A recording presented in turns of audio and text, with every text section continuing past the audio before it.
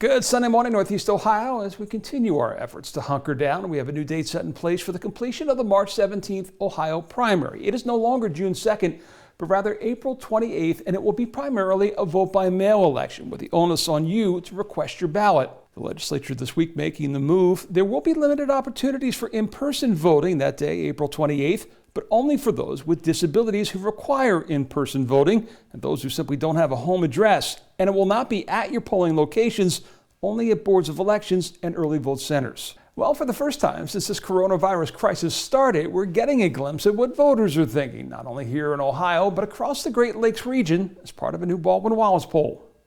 The Baldwin-Wallace Great Lakes poll surveyed voters in Ohio, Pennsylvania, Michigan, and Wisconsin. The results showed the president closing the gap against his yet-to-be-named Democratic opponent in 3 of the 4 states since January, Michigan the exception. While in Ohio, he went from 5 points down to 1.5 points up.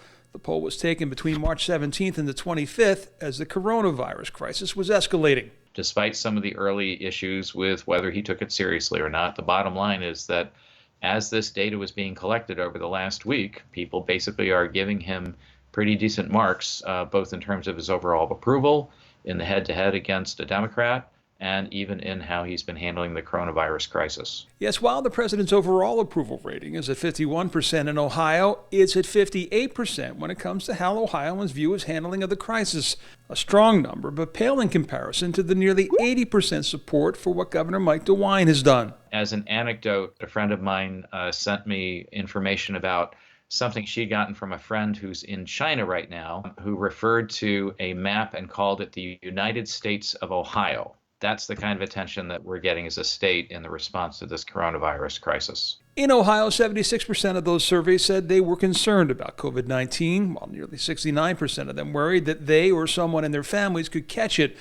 When it comes to the concerns of Ohioans in the presidential election, there are 2 that outpace all others, both tied to the current state of affairs, the economy and health care, with the latter likely to assume the top position. I think the economy is high. It's going to just increase, I think, in concern for people as we see people themselves or their neighbors, friends, family who are losing jobs as a result of this crisis. And as a sign of the extent of the praise for Governor DeWine, consider what Democrat Senator Sherrod Brown told me this week. No secret, I never voted for DeWine. I'm sure he's never voted for me. But I admire his leadership, and I told him, and I talked to him regularly. And I've told him a number of times I wish that the president had been 1/10 as good as he has been. I never expect him to respond to that, and he just smiles. Well, both Brown and Senator Portman voting on that massive $2.2 trillion stimulus package this week that includes money for you and money for state and local governments. In the meantime, the state of Ohio is sitting on $2.7 billion they got stuffed away in a mattress for just this type of emergency.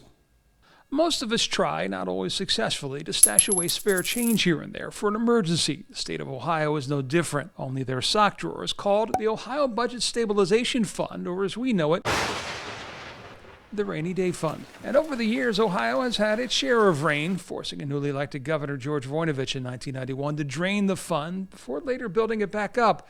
So did his successors Bob Taft and Ted Strickland, who famously left the fund in 2010 with under $1 during the Great Recession, a move that would haunt his future political life. But as governor, Ted Strickland left only 89 cents in Ohio's Rainy Day Fund. It was Governor John Kosich who took the fund from that 89 cents gradually up to just under $2.7 billion, where it stands today, consistently fighting legislative efforts to raid it. To put it in household terms, that $2.7 billion to the state is the equivalent of a person earning $50,000 a year having 39